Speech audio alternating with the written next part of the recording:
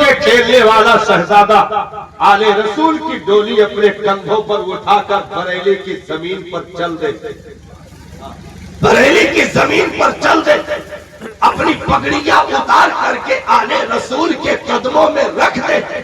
تو یہ ایک وقت روہیل کھنڈ بریلی کا واقعہ نہیں ہے، بلکہ قیامت تک کے لیے میرے مجدد نے نبی کے امتیوں کو ایک سبق دے دیا کہ کبھی بھی ان سے اونچا اڑنے کی کوشش نہ کرنا، ہمیشہ ان کی جوتیوں میں پڑے رہنا، عزتیں ملتی رہے گی، شہرتیں ملتی رہے گی۔ نعرہ تکبیر، نعرہ رسالت، جشن عید میلاد النبی، فیضان بلگرام شریف، آمد حضور سید رضوان ملت، سبحان اللہ۔ ابھی حضرت حاضری ہوئی یہ پچھلے ہفتے بریلی شریف کے جلسے میں الحمدللہ حاضری ہوئی، مبارک ہو، سبحان اللہ۔ تو میں اپنے مجدد کے دربار میں پہلے حاضری دیا، اور میں نے ایک بات کی تھی اسٹیج پر جانے کے بعد، میں نے کہا یارا آج پائتی کھڑے ہو کر کے یقین نہیں ہو رہا تھا کہ میں اس ذات کے پائتی کھڑا ہوں جس کے عشق کی حرارت آج تک پوری دنیا محسوس کر رہی ہے۔ کیا بات ہے! ایک محدث کا نام اعلیٰ حضرت، مفکر کا نام اعلیٰ حضرت، حافظ قاری عالم فاضل کا نام اعلیٰ حضرت، یہ ساری خوبیاں جڑتی ہیں، لیکن جہاں آل رسول کے احترام اور عظمت و عزت کی خوبیاں اعلیٰ حضرت سے جڑتی ہیں تو وہ صرف فتاوی رضویہ یا کنز الایمان سے بلندی نہیں، سب سے زیادہ بلندی اگر امام احمد رضا خان محدث بریلوی کو ملی ہے تو آل رسول کے جوتیوں میں جھکنے کی بنیاد پر ملی ہے، کیونکہ مالہرہ مطہرہ کی چوکھٹ پر پہنچ کر اگر آل رسول نے قبول کیا اور امام احمد رضا نے اپنے آپ کو حوالے کیا تو یہ سندیں بتا رہی ہے پوری زندگی اگر کوئی صرف کتابوں سے پرواز کرنا چاہے ناممکن، کو پوری زندگی کوئی صرف تقوی سے پرواز کرنا چاہے ناممکن، کوئی پوری زندگی صرف تصنیف سے پرواز کرنا چاہے ناممکن، پوری زندگی کوئی خاندانی شہرت کی بنیاد پر چلنا چاہے ناممکن، پوری زندگی کوئی زمین و جاگیر و جائیداد کی بنیاد پر چلنا چاہے ناممکن۔ اگر تمہیں پرواز چاہیے تو کتابیں کم ہو، تصنیف کم ہو، تقویٰ کم ہو، طہارت کم ہو، لیکن نسبت مضبوط ہو تو شہرتوں سے کوئی روک نہیں سکتا۔ واہ واہ، کیونکہ نسبتیں تو طہارت اور تقویٰ تو نسبتیں پتھروں کو بھی ممتاز کر دیتی ہے، پھر بھی انسان ہے۔ نسبتیں پتھروں کو ممتاز کر دیتی ہے، ہم تو پھر بھی انسان ہے صاحب۔ تو یہ رب کا کرم ہے کہ آج آل رسول کے قدم مبارک کو ہمیں چومنے کا موقع میسر آیا، اور ہم مبارکباد دیں گے ان اولادوں کو جنہوں نے آل رسول کو بلا کر کے آخری کامیابی اور کمپلیٹ ہونے کی مہر اپنے اس دستاویز پر لگوانے میں کامیابی حاصل کی، جسے سر شام سے حافظ صفی اللہ صاحب رقم کر رہے تھے۔ ایک ایک نام درج ہو رہا تھا، ایک ایک نام فہرست تیار ہو رہی تھی، اخیر میں سیدی رضوان ملت وہ واحدی دولہا کی شکل میں جب جلوہ افروز ہوئے، آ کر کے انہوں نے مہر لگا کر کے اس جو ہے لسٹ کو کمپلیٹ کر دیا کہ جو ہے تیری نسل پاک میں ہے بچہ بچہ نور کا، تو ہے عین نور، تیرا سب گھرانہ نور کا۔ اس لیے بلگرام ولیوں کا شہر جسے کہا جائے اسے بلگرام کہتے ہیں، تقویٰ اور طہارت کی آماج گاہ جسے کہا جائے اسے بلگرام کہتے ہیں، جہاں سبع سنابل شریف جیسی عظیم کتاب کو رقم کرنے والا وہ عظیم مفکر جلوہ افروز ہو، ایسی خوش نصیب زمین کو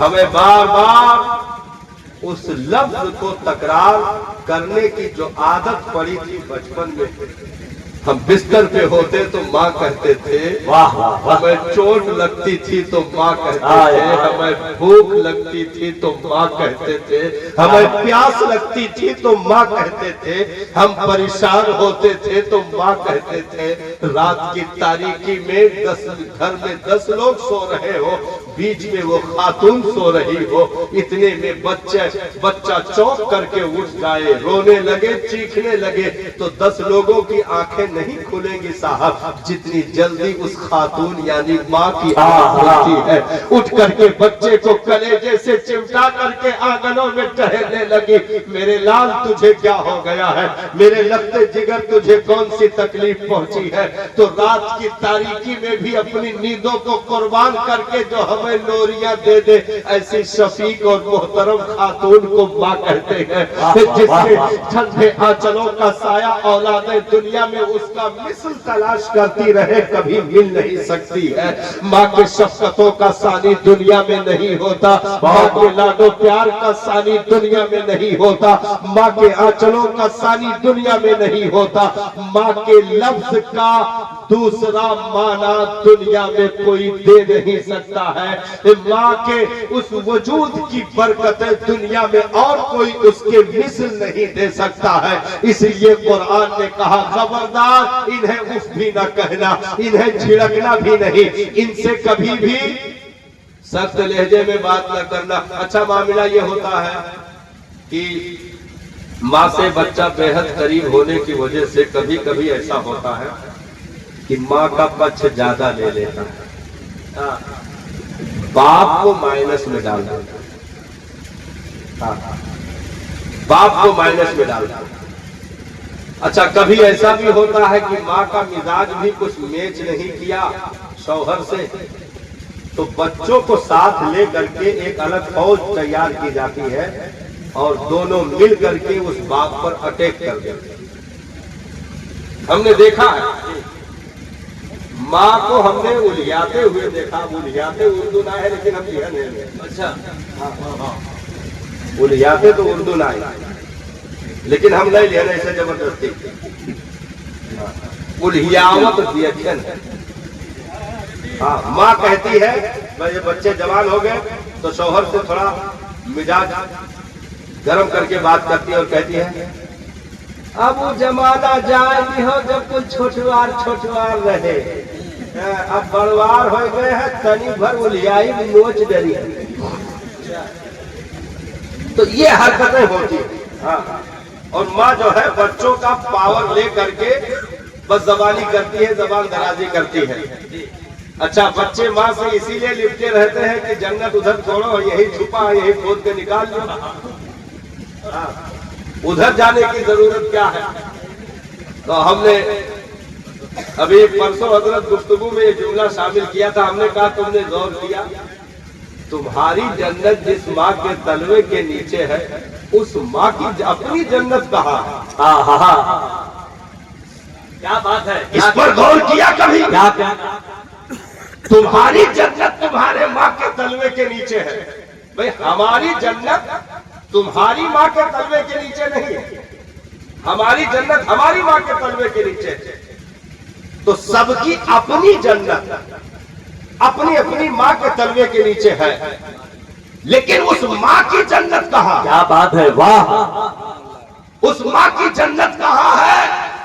تو سنو ماں کا پچھ لے کر کے باپ پر اٹیک کرنے والوں، جسے تم ماں کہتے ہو، جس کے تلوے کے نیچے اپنی جنت تلاش کرتے ہو، اس تمہاری ماں کی جنت تمہارے باپ کی مسکراہٹ میں چھپی ہوئی ہے، اسی کی رضا اور خوشنودی میں چھپی ہوئی ہے۔ اگر وہ ناراض رہا تو جہاں تیری جنت ہے وہ خود جہنم چلی جائے گی، پھر کوئی فائدہ ہونے والا نہیں ہے، کیونکہ اگر جس تلوے کے نیچے تم اپنی جنت ڈھونڈ رہے ہو اس جنت کا پورا محل تو تمہیں اس تلوے کے نیچے مل جائے گا، لیکن باپ کو اگر چھوڑا تو دروازہ نہیں ملے گا، پوری تمہاری جنت اس کے تلوے ملے گی لیکن اس جنت کا دروازہ نہیں ملے گا، کیونکہ اس جنت کا دروازہ باپ کی ذات کو رکھا گیا ہے، اس کے چوکھٹ اس کے بازو باپ کی ذات کو رکھا گیا ہے۔ تو یہ زندگی کے دو کامیاب پہیے ہیں، جب دونوں سلامت رہیں گے تو زندگی کی گاڑی پٹری پر چلے گی۔ ایک اگر لڑکا تو ایک کے سہارے چل نہیں سکتے ہو، اس لیے باپ کی بھی شفقتیں ساتھ رکھنا، ماں کی بھی مہربانی دعائیں ساتھ رکھنا۔ تو انشاءاللہ اگر دونوں نے ہاتھ اٹھا دیا تو پھر تیری جنت انشاءاللہ کمپلیٹ ہو کر ملے گی۔ اور ماں اگر تیری ماں تیرے باپ سے راضی ہے، تیرا باپ تیری ماں سے راضی ہے، تو اس کی بھی جنت کمپلیٹ ہے، اولادوں کی بھی جنت کمپلیٹ ہے۔ جیسے ایک بہت بڑے پروفیسر نے ایک بات کی تھی، میں نے اس کی اسپیچ سنی، کچھ کوٹ کیا میں نے اس میں سے۔ اس نے کہا ایک چیز غور کر لیجئے، گھروں میں اختلاف کیوں ہوتے ہیں، گھروں میں لڑائی دنگے کیوں ہوتے ہیں؟ جیسے ہوتا نہیں، اختلاف بھی ہوتا ہے، اولادیں ادھر ادھر ہو جاتی ہیں۔ اب اس میں سے کچھ اولادیں جو بہت زیادہ آزاد ہو جاتی ہیں، معاذاللہ شراب تک پہنچ جاتی ہیں، جوئے تک پہنچ جاتی ہیں۔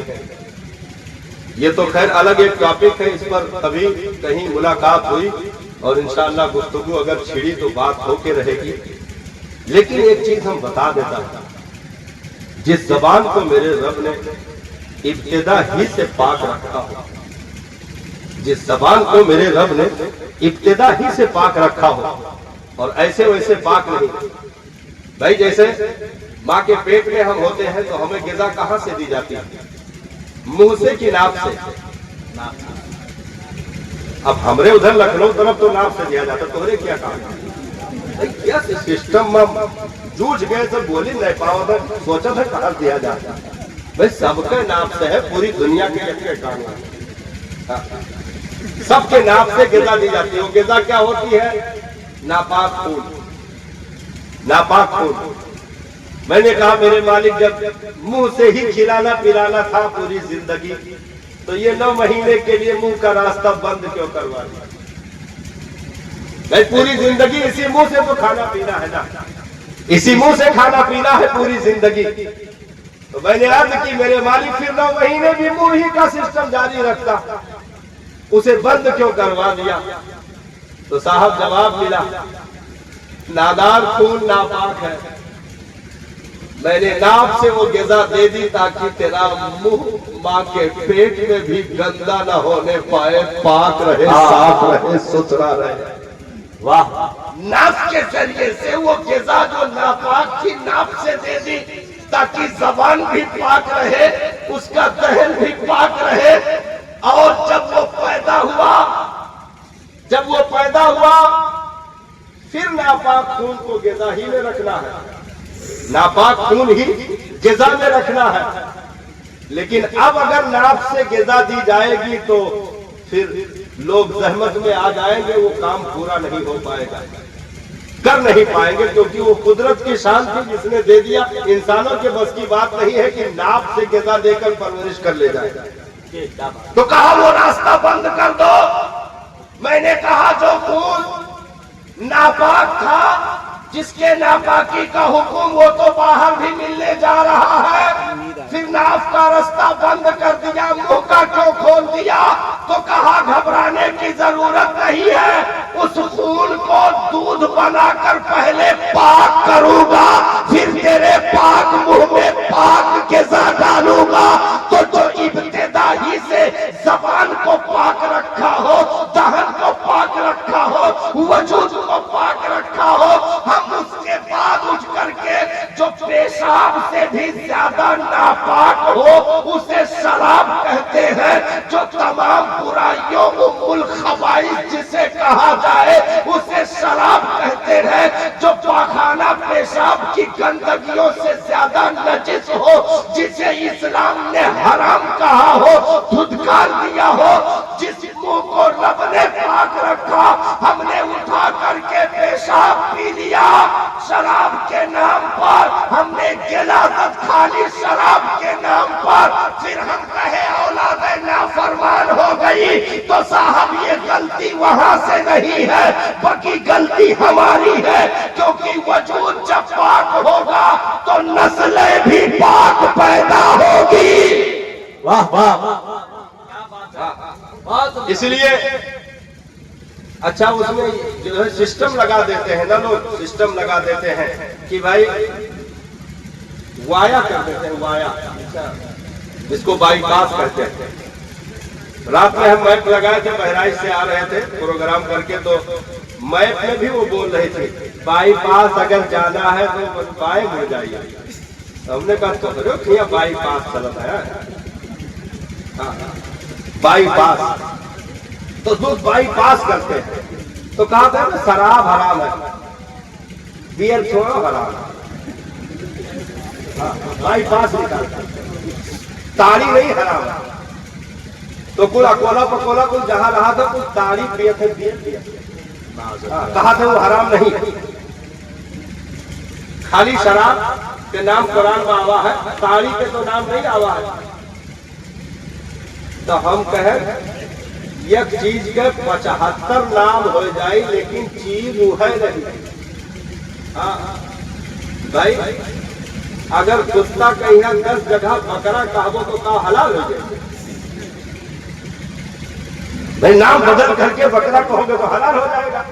نہیں، نشہ جس میں موجود ہے اس کا حکم وہی ہے جو وجود کو خراب کر دے، دل گردے کو خراب کر دے، سماجی عزت کو خراب کر دے، نسلوں کو برباد کر دے، گھر بار کو برباد کر دے، تمہارا کریڈٹ کیریکٹر، تمہارا VIP پن جو ڈاؤن کر دے، برباد کر دے، ایسی بیماری کو شراب کہا جاتا ہے، کیونکہ شراب پینے والا نہ بیوی کی نگاہ میں عزت دار ہو سکتا ہے، شراب پینے والا نہ اولادوں کی نگاہوں میں عزت دار ہو سکتا ہے، نہ پاس پڑوس سماج کی نگاہوں میں عزت دار ہو سکتا ہے۔ شرابی اپنا کوئی ایسا پوسٹ نہیں بنا سکتا ہے جہاں سے استقبال کیا جائے، کیونکہ اسلام نے دنیا میں جس چیز کو دھتکار دیا، دنیا لاکھوں چاہنے کے باوجود بھی اسے عزت نہیں دے سکتی ہے، کیونکہ اسلام نے جسے عزت دی دنیا اسے ذلیل نہیں کر سکتی ہے، اور اسلام نے جسے ذلیل کر دیا دنیا اسے کبھی عزت نہیں دے سکتی ہے۔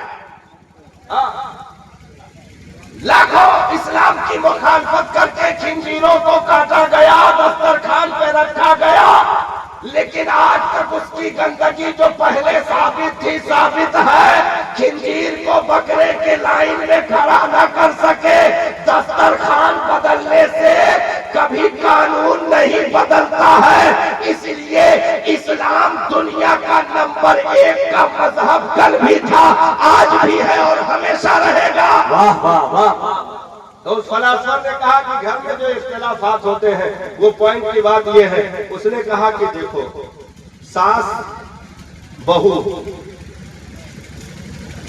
دونوں میں اختلاف، بہو چاہتی ہے کہ پہلی بدائی ہی میں ساس سوچائے جائے،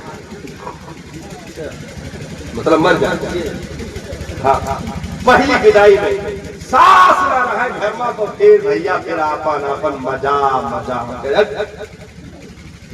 اور ساس سوچتی ہے کہ بہو آنے کے بعد میری مٹھی میں قید ہو جائے، میں اگر صبح ایسے مٹھی کھول کے کہوں بہو تو چائے حاضر، ہاں صبح ایسے جن کی طرح جنات کی طرح جیسے مٹھی کھولوں بہو بس چپل حاضر، بہو پانی حاضر، بہو چاول حاضر، تو مطلب ہمیں وش میں ہو جائے۔ اچھا ساس لوگ کہیں کہیں تعویذ گنڈا بنوانے جاتی ہے تو کہا تو حضرت کونوں میں ایسا یہ بنا ہمیں قبضم ہو جائے، ہم کہتے ہیں اپنا قبضم رہو کر کو بھائی وہ حرکت وہ یہی حرکت کرے گا جو خاندان میں کبھی قبضم نہ رہا، خود بدزبانی کر کے آئی ہو تو اب سوچ رہی ہو کہ بہو قبضے میں ہو جائے. تو اس فلاسفر نے ایک بات کہی کہ بیوی صرف یہ سمجھ لے کہ میں جس شوہر کو چاہتی ہوں, جسے پلکوں پر بٹھا کر کے رکھتی ہوں, اس کی اپنی جنت ساس کے قدموں میں چھپی ہوئی. بیوی یہ سمجھ لے کہ میں جس شوہر سے محبت کرتی ہوں اس شوہر کی جنت ساس کے قدموں میں چھپی ہوئی ہے, اور ساس یہ سمجھ لے کہ میں جس بہو سے پیار جو ہے, جس بیٹے سے محبت کرتی ہوں, جس بیٹے کی محبت میں بہو کو سناتی ہوں, میرے پوتے پوتیوں کی جنت اسی بہو کے تلوے میں چھپی ہے. تو پوتیوں پوتے سے محبت, بہو سے نفرت, یہ کبھی نہیں ہو سکتا. اس لیے بہو یہ سمجھے کہ میرے شوہر کی جنت ساس کے قدموں میں ہے, تو ساس کو راضی رکھنا ضروری ہے. ساس یہ سمجھ لے کہ میرے پوتے پوتیوں کی جنت میرے بہو کے قدموں میں ہے, تو بہو کو راضی رکھا جائے, خوش رکھا جائے, کبھی تکلیف نہ دی جائے.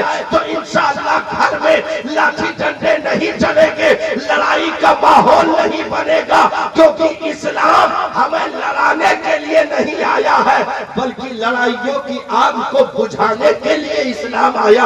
100 برس کی لڑائیوں پر جس نے پانی ڈال دیا وہ مذہب اسلام ہے. تو آل رسول کی برکت ہمیں ملی ہے, اولاد غوث اعظم کی آمد ہے. یہ ارادہ کر کے جائے انشاءاللہ ہم اپنے ماں باپ کو تکلیف نہیں پہنچنے دیں گے, اور ماں باپ یہ ارادہ کر کے جائے ہم اپنی اولادوں کو اچھی تعلیم دیں گے, اپنی اولادوں کو نماز کا حکم کریں گے, اپنی اولادوں کو قرآن سے قریب کریں گے, اپنی اولادوں کو آل رسول سے قریب کریں گے. ان کے فیض و برکات ملتے رہے. رب کی بارگاہ میں دعا ہے ہمارا آنا اٹھنا بیٹھنا سننا قبول فرمائے. شیر کلام اعلیٰ حضرت, بس ختم ہو گیا. 2 شیر کلام اعلیٰ حضرت نہ پڑھ دیتے. ہاں تو وہ مشہور ایک کلام جو سنا دیتے ہیں, وہ اسی کے 2 شعر سنا دیتے ہیں. ہمارے حاجی حنیف صاحب تشریف فرما ہے, ان کی بھی خواہش تھی کہ جو ہے سنا دیجیے. سنتے ہیں کہ محشر میں, سنتے ہیں کہ محشر میں صرف ان کی رسائی ہے. سنتے ہیں کہ محشر میں صرف ان کی رسائی ہے. گر ان کی رسائی ہے لو جب تو بنائے گئے.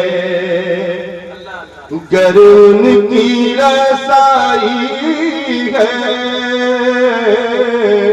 لو جب تو بنائے گئے. تھوڑے گھبرا کر میں لاگت ہے دل تقریر کرے مول ماہ نائے بولے بھائی نائے بولے. تھوڑے بول دو سبحان اللہ. ارے ہے تو سبحان آؤ نا.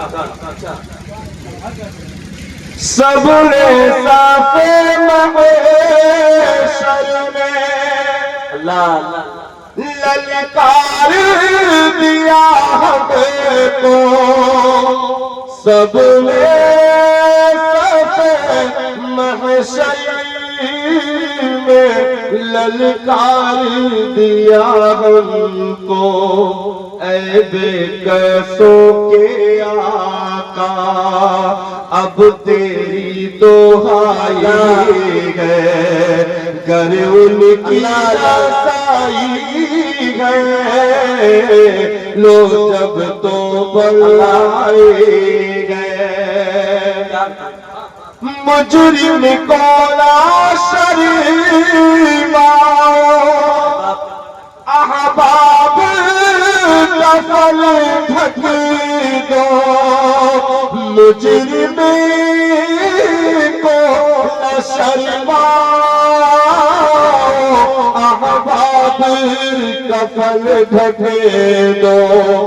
منہ دیکھ کے کیا ہوگا پردے میں بھلائی ہے. گر ان کی رسائی ہے لو جب تو آئی ہے. اور یہ شیخ اہل اسٹیج کے لیے حضور کرم فرمائے. اے دل یہ صورت نہ کیا جلنا ہے تو جل بھی اٹھ. اے دل یہ سلگنا کیا جلنا ہے تو جل بھی اٹھ. دم گھٹنے لگا ظالم کیوں دھونی روائی ہے. گر ان کی رسائی ہے لو جب تو بنائی ہے. اور جانے کلام شیر پھر مکتا بتائے جیسے تاکہ گھبراؤ نہ. بولو سبحان اللہ. اور سرکار کے نام پہ بولو سبحان اللہ. اے عشق تیرے صدقے جلنے سے چھپے سسرے. اے عشق تیرے صدقے جلنے سے چھٹے سسرے. جو آگ بجھا دے گی وہ آگ لگائی ہے. گر ان کی رسائی ہے لو جب تو بنائی ہے. مکتا آ گیا خوش ہو جاؤ. مکتا آ گیا. بولو سبحان اللہ. سبحان اللہ. مطلب میں یہ کیا شک تھا واللہ رضا واللہ. مطلب میں یہ کیا شک تھا واللہ رضا واللہ. صرف ان کی رسائی ہے صرف ان کی رسائی ہے. گر ان کی رسائی ہے لو جب تو بنائی ہے.